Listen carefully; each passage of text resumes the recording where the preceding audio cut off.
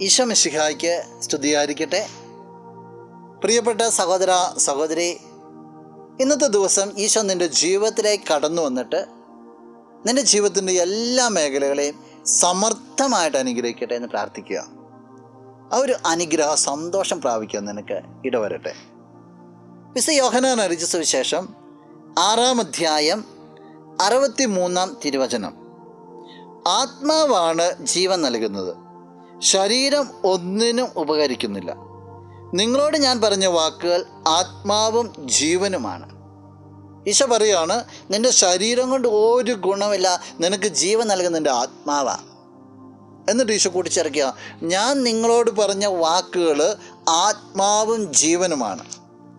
ഈശോ നിത്യജീവനെക്കുറിച്ച്, ജീവൻ്റെ അപ്പത്തെക്കുറിച്ച് പറഞ്ഞപ്പോൾ ഈ വചനം കഠിനമാണെന്ന് പറഞ്ഞ് അനേകർ ഈശോയെ വിട്ടുപോയി. അന്നേരം ഈശോ പറയുന്നതാണ്, ഞാൻ പറയുന്ന വാക്കുകൾ ആത്മാവും ജീവനുമാണ്.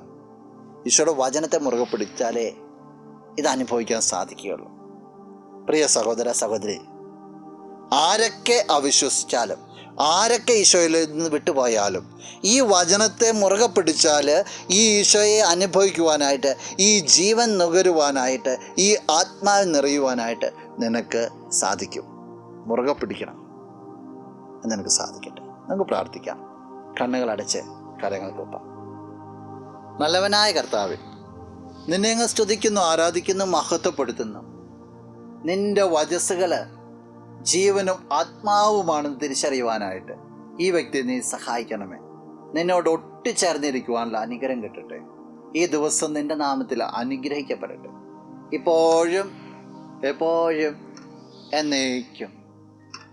ആമേൻ.